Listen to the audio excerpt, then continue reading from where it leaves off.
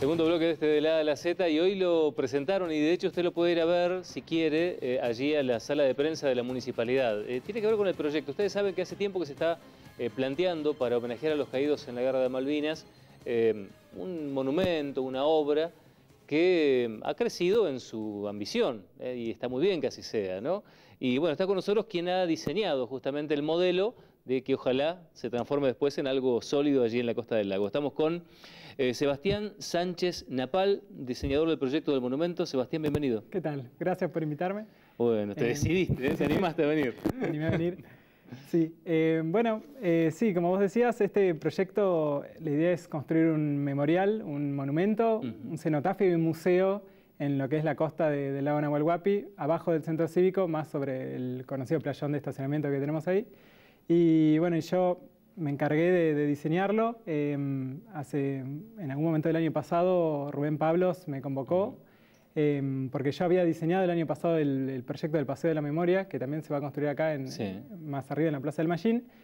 Y bueno, ellos me convocaron porque tenían ganas de hacer un monumento y querían transformar esa idea en un proyecto. Claro. Entonces yo tomé las ideas que ellos tenían y las fui modificando para transformarlo en una mezcla de cosas. Porque acá empezamos trabajando de base que esto tiene que ser un monumento, y tiene que ser un memorial, y tiene que ser un lugar solemne, pero a la vez es espacio público. Y ese espacio público que en la ciudad está bastante degradado y que tiene que ser mejorado. Sí.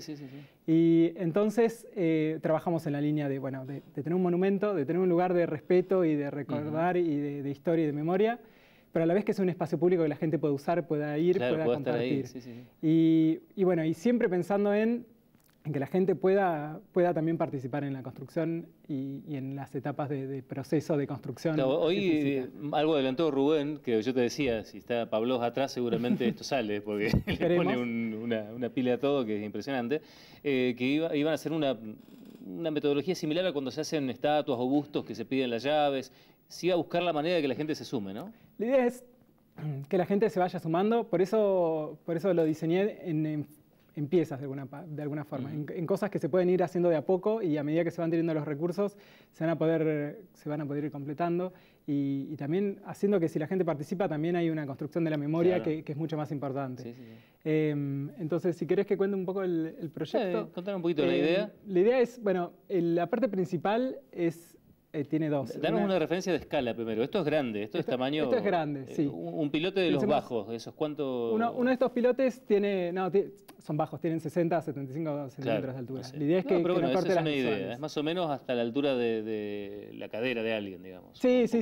La idea de esto no era entorpecer el paisaje. Esto es lo que se ve cuando uno accede. Este es el nivel que está a la altura de la vereda de la calle Juan Manuel de Rosas, o lo que estaría, que es el techo del museo. Que como primera aproximación lo interesante era hacer un techo peatonal donde la gente se pueda acercar, pueda aprovechar para ver el paisaje, el turista sobre todo, pero a la vez ya empezar a meterse en este espacio de memoria, y por eso este lugar cuenta con 649 tótems de diferente altura, que la idea de este lugar era marcar un poco el número 649. Cuando se acercaron con el diseño y me pidieron que participe, yo me puse a investigar y leí 649 fallecidos, 649 muertos en la guerra, y me costaba pensar en esa idea como un número, como una persona, como una cantidad de personas. Entonces decía, bueno, parte de entender esto es que la gente pueda ir y pueda realmente entender qué significa 649 personas. Claro. ¿Cuántos son 649 personas? Entonces, la idea es, bueno, estos tótems son 649 y vienen en ondas, entonces representan un poco el mar, y a la vez representan, como son todos diferentes, que somos todos diferentes. Y todas las personas que fallecieron ahí eran todas diferentes. Eso está bueno, no tiene una uniformidad, no es un diseño, si se quiere, de arquitectura soviética o monumento soviético, sino que es otra cosa, ¿no? Es otra cosa. Sí, es otra cosa. Bueno, este eje principal también tiene un espacio abierto con el mástil de fondo, porque la idea también es que acá puedan hacer el acto los días de abril o el día que quieran hacer el acto. Bueno, y un cartel grande y llamativo que llame la atención de la gente que va pasando por la ciudad.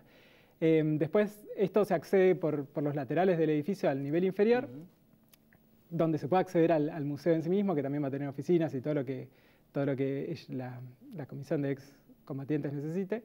Y ahí está el cenotafio propiamente dicho, que es el lugar donde aparecen los nombres y donde realmente aparecen las personas y aparecen placas.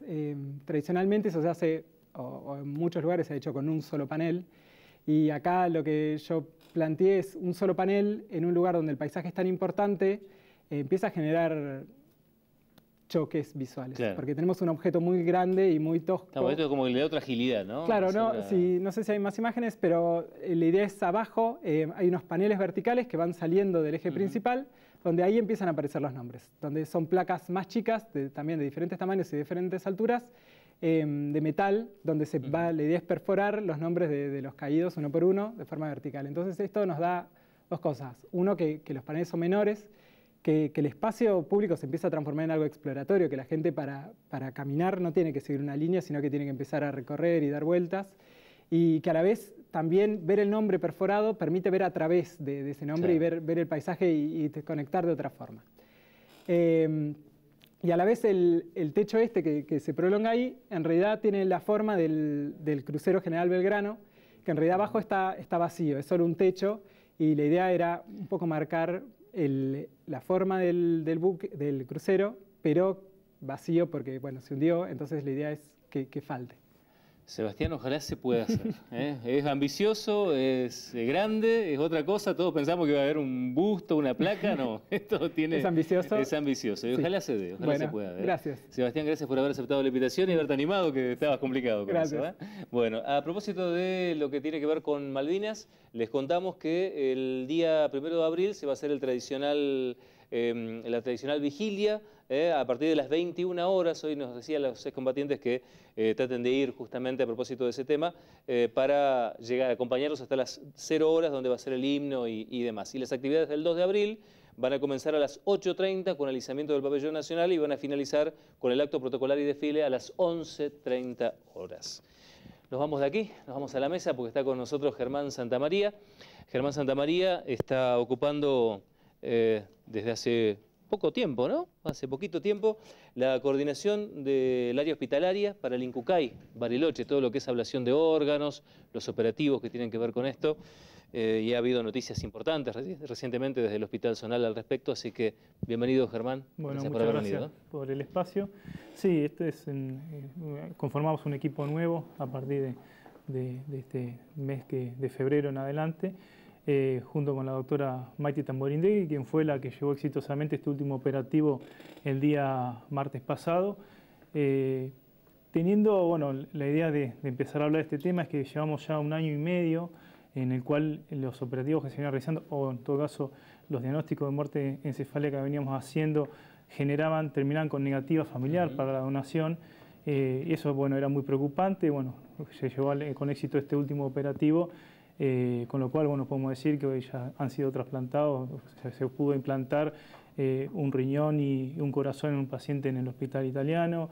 El hígado fue para una mujer joven que estaba con insuficiencia hepática fulminante en el hospital Argerich, también fue, implantado por una emergencia, obviamente, y un riñón también fue implantado en Neuquén. O sea que esto afectó favorablemente a 3 vidas. Exactamente.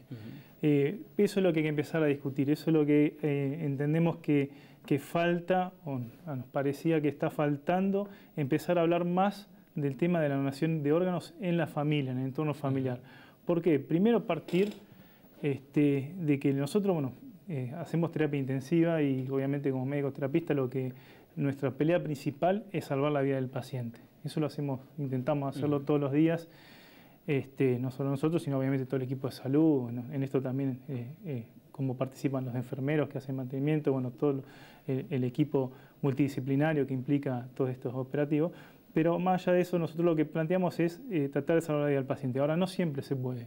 A veces hay situaciones terribles que hacen que el paciente, más allá de los esfuerzos, termine falleciendo. Y eso es una situación traumática que nos toca ver a nosotros, pero que es más para entender, el paciente que termina siendo donante cuando fallece, que puede ser potencial donante, es 5 cada 1000 fallecidos. ¿Sí? Claro. No es una situación fácil de que se dé, ni por suerte, ¿no? Obviamente, pero tiene que ver con esto que digo, situaciones muy traumáticas como traumatismo de cráneo, accidentes terribles, heridas de arma de fuego, caídas de altura. Bueno, acá existen muchas situaciones en las cuales vemos, y ustedes obviamente como esta la reflejan todos los días. Entonces nos enfrentamos en una parte complicada, que es tener que decirle a veces a la familia, decir, bueno, a pesar de los esfuerzos terapéuticos, ya es irreversible y termina falleciendo el paciente. Ahora, lo que se puede hacer con el avance de la medicina es sostener por un tiempo otros órganos que no han sido afectados, ¿sí? A pesar de que el paciente está fallecido, ya es fallecido, se puede sostener por un tiempo los pulmones con respirador, los riñones, el corazón, intestino, páncreas, todos órganos que pueden ser viables para otra persona. Ahora, la resistencia, a partir de todo lo que se conoce, ¿no? del efecto positivo que tiene la donación de órganos y demás, ¿cuál es la mayor resistencia? Porque uno supone que hay cuestiones de religiones, cuestiones de fe, de formación cultural que uno puede llegar a interpretar y entender que tal vez hasta sean minoritarias o un porcentaje que no sea decisivo. Sí, es minoritario. Sí. Pero después está lo otro, ¿no? Me parece que la gran línea a cruzar es el momento de angustia que está viviendo el familiar de la persona a la que tiene que tomar una decisión. Es eso, por eso decía que se enfrenta a esa familia, digamos, por ley, digamos, existe la ley de trasplante nacional, nos habilita a nosotros en forma libre de decidir de ser donante o no. ¿Sí? Claro. Entonces uno va al registro civil, cuando hace el documento le preguntan y va a decir, bueno, yo soy donante. Eso ya inhibe al resto de las personas ya esa persona es donante y eso es la última voluntad. Si no dijo lo contrario en algún momento, eso se tiene que respetar. Entonces, solo el 20% de los argentinos hemos hecho esa opción. ¿Sí? Ahora, no significa que el 80% está en contra de ser donante. ¿Sí? Lo que no ha sido es explícito. La ley plantea entonces donante presunto. Pero sigue siendo una cosa de decirle, bueno, al familiar. Es un tanto ambigua. Es ambigua. Entonces decir, bueno, realmente buscamos testimonio de última voluntad. Preguntarle al familiar, bueno, ¿hablaron alguna vez? ¿Se planteó la posibilidad de ser donante? Y yo lo tengo que decir, o le tengo que decir a una persona que acaba de perder a su familiar querido. Entonces, claro, ese es el principal problema. En el momento es el peor momento para escribir. Entonces creo que hay que tomar ahora por eso me parece muy importante esta oportunidad que nos estás dando. Es decir, empezar a hablar en la familia, me gustaría ser donante o quiero ser donante, o si tengo dudas, tratar de buscar la forma de liberar mitos y empezar a discutir. Porque la quiero poner al revés. Si ese familiar, en realidad le estoy diciendo, bueno, falleció, necesitamos que esos órganos pueden servir para otras personas, está del otro lado. El familiar dice, usted tiene una hepatitis fulminante, necesitamos que su hijo, su hermana, su esposa, necesita sí o sí un hígado para poder seguir viviendo y ese hígado viene de una persona fallecida. Va a decir, ¿quiere o no quiere ser? No creo que diga, no, prefiero que mi hijo, mi esposa, mi marido se muera con el hígado que trajo. No, lo más probable es que diga, sí, quiero que sea trasplantado. Entonces, si todos somos conscientes de que nos gustaría a algún familiar pueda seguir viviendo gracias a que puede recibir un órgano, también hay que pensar, entonces ponerse en ese lugar y cuando nos toque tener que ser los que recibimos, lo aceptamos. Ahora, ¿por qué no entonces también discutir por qué no donar cuando ya esa persona falleció y tal vez sea una forma de sobrevivir esa angustia de ese momento? Por eso hay que discutirlo, ¿no? Que sea claro, un momento sí. Ahora, hay algo que nos toca a nosotros muchas veces cuando hacemos notas en situaciones de críticas de alguien que ha tenido un accidente y demás. Uno siente que el contexto familiar jamás renuncia a la fe de la recuperación, si se quiere milagrosa, si vale el término, que yo sé que en la medicina es un término casi inadecuado de mencionar, pero hay como una persistencia en la idea de que tal vez algo pase positivamente en el paciente. Tomar la decisión de donar los órganos es asumir que eso no va a pasar. Exactamente. Y es casi que choca con la naturaleza humana de eso también, ¿no?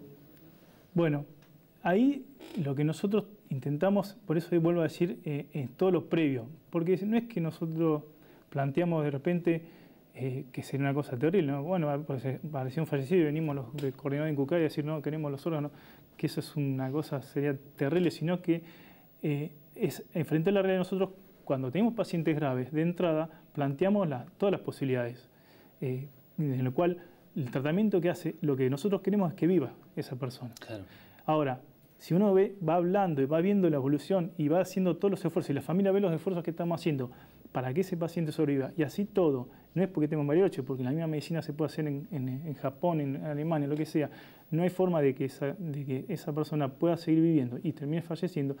En eso está la responsabilidad de entender y ser claros a la hora de, cuando el paciente está vivo, de cuáles son las opciones y cómo va avanzando. Si uno de repente dice, no, ya está, se terminó todo y antes no fue preparado y no se fue claro, ahí es donde está el fracaso. Por más que sea un corto plazo, cuando uno dice, bueno, tiene un cáncer, uno tiene 6 meses de vida, 1 año de vida, 2 años de vida, tiene una forma de ir sobrellevando, haciendo el duelo, planteando un montón de cosas. Acá es muy brusco, pero no deja de ser, hay signos claros, concretos y formas de transmitir que la persona tal vez en un corto plazo puede ir haciendo un duelo o entendiendo la realidad más allá de la religión, más de todo, que es totalmente respetable. Pero vuelvo a decir, independientemente de lo que piense la familia, si ya la voluntad de la persona está explícita, si ya está hablado, es decir, esa persona falleció y ya le dijo antes, yo quiero ser cremado y que mis cenizas sean esparcidas en el Cerro Catedral. ¿Quién va a hacer lo contrario? Claro. Nadie. Entonces, si está hablado, cuando sea el momento, ojalá no llegue, que esté hablado, que pase algo brusco de accidente, no, le libera una carga, un peso a la familia. Claro. Lo mismo por decir que hay que hablarlo por el sentido del inverso, te voy a decir, hay que pensarlo por la positiva. Si me toca a mí ser el que necesite que un familiar tenga ese órgano, bueno, me gustaría que otro lo done. Entonces, hablarlo de los dos modos, de las dos maneras. ¿Pesan en algún sentido los mitos que circulan sobre el tema de los órganos, del tráfico de órganos? Hace poco, de hecho, estaban circulando vía WhatsApp algunas comunicaciones que se adjudicaban de alguien que señalaba, de estructuras de gente que robaba órganos y demás. Eso primero, ¿está comprobado que alguna vez haya pasado? Y segundo, ¿eso pesa en la decisión de alguien de decir, a ver si estoy aportando a un comercio? Sí. Pesa bastante. El primer caso, uno de los primeritos es decir, pero insisto en pensar que si yo soy donante, nadie va a hacer, van a tratar de no sacarme adelante para que mis órganos sirvan. Eso es lo primero. Entonces van a decir, bueno, ahora que soy donante, van a necesitar mi órgano, entonces ya no me van a cuidar como me tienen que cuidar. Sí. Bueno, eso obviamente es un peso que hay que, digamos, desterrar, pero eso existe. Eso es un primer paso, un primer problema. El segundo es el de tráfico de órganos. Eso obviamente es imposible de llevar adelante en ninguna parte y menos en Argentina, porque nosotros tenemos una ley muy buena que habla de que es totalmente gratuito, o sea, no hay comercio. Hay lugares en el mundo, China, Brasil, no sé, en otros lugares, donde uno puede pagar, entonces acceder a un riñón, porque el riñón puede ser un donante vivo, entonces alguien que necesita la plata desesperada puede donar, como a veces existe la donación de esperma que se paga, sangre en Estados Unidos que también la pagan por donar, entonces eso acá es ilegal, no se puede recibir plata, de hecho es anónimo, nadie sabe, yo puedo decir en qué pacientes, digamos, en dónde fue trasplantado, para quién sirvió, pero no se sabe hasta mucho después del tiempo qué persona recibió, para que no haya ningún intercambio comercial de ningún tipo. ¿Sí? Claro. Entonces, eso ya es muy bueno. Y lo otro, hacer una cuestión de tráfico. Nosotros, cuando hacemos un operativo, te voy a decir, hay un listado en el cual hay una emergencia y no todos los donantes, no todos los receptores pueden recibir, o sea, que tiene que haber compatibilidad de alguna manera. Dentro del listado se pone quiénes son los más compatibles, por ejemplo, de un riñón con otro. Entonces no es que yo puedo tener un mercado o una cosa paralela a algo oficial. Claro. Es imposible. Yo voy a hablar de la película Coma, que leí el libro, era muy chico, estábamos hablando del año 70, excelente como película, todo, hizo mucho daño, porque hablaba de un mercado paralelo, digamos, pero eso, digamos, no hay forma de llevarlo adelante porque sería esconder hasta en lugares públicos, privados, a la familia, de la situación de que está pasando. Armar aviones, operativos de aviones, porque nosotros, vuelvo a decir, viene la gente del Argerich a hacer la ablación acá al hospital, se lleva el órgano y se lo implanta, entonces mientras tanto está el paciente esperando en quirófano para que llegue el equipo y se lo ponga. Imagínate una estructura de ese tipo. Que ha conocido el tema de lo que se llama un operativo. O sea, en el caso de los renales, muchas veces viajan 3 pacientes a ver cuál llega al lugar y cuál está en mejores condiciones para que en ese momento se haga el trasplante. Imagínate una estructura paralela, oculta de todo eso. Claro. No, eso es, por suerte no es viable. A ver, seguramente vamos a partir del desempeño allí en la coordinación hospitalaria del INCUCAI, vamos a volver a conversar y demás, pero me parece bueno remarcar algo que es el mensaje. Ustedes están notando que hay una merma en la conciencia de la donación de órganos hoy en cuanto a lo que tiene que ver con ese paso de decir voy y pongo mi documento que quiero donar los órganos. eso es una merma y hay que empezar a trabajarlo en serio, ¿no? Sí, sí. Y vuelvo a insistir, hablar con la familia, porque hemos tenido casos en los cuales incluso la familia había 3 miembros, hay distintos niveles de decisión, pero hay que querían donar y uno no, uno se opone, entonces genera en su peor momento problemas entre familiares. Todo alimentado eso por el dolor y la angustia. Por el dolor, y uno ve como algo que sí, que puede ser útil y que ayuda, y ve como esa sensación de que puede servir, que no se en vano una muerte, en cambio el otro termina anulando esa situación, y eso es lo que lo vemos nosotros, la verdad que es horrible, y nos queremos que por eso se hable mucho y que entonces se libere de ese peso. Si yo soy donante, mi familia sabe, sé que no va a haber ningún problema. Entonces, discutirlo, vuelvo a decir, porque alguien dice, bueno, a veces uno dice, bueno, que me gustaría que me entierren con tal, y nadie lo toma mal. Es algo natural, no va a pasar a todos. Lo que pasa es que nosotros estamos hablando de situaciones que son traumáticas, que no se lo espera. Bueno, entonces tratar de buscar el mejor momento para discutirlo. Santa María, gracias por haber venido. No, gracias. Muy bien, ahí teníamos la palabra del coordinador hospitalario de Incucay Bariloche en el Hospital Zonal. Cuando volvamos, nos vamos a meter un poquito en el universo de los ecopases, algo un poquito más relajado que tiene que ver con disfrutar, a lo mejor con alguna posibilidad de que económicamente sea menos oneroso, de lo que le ofrecemos al turista. Ya venimos.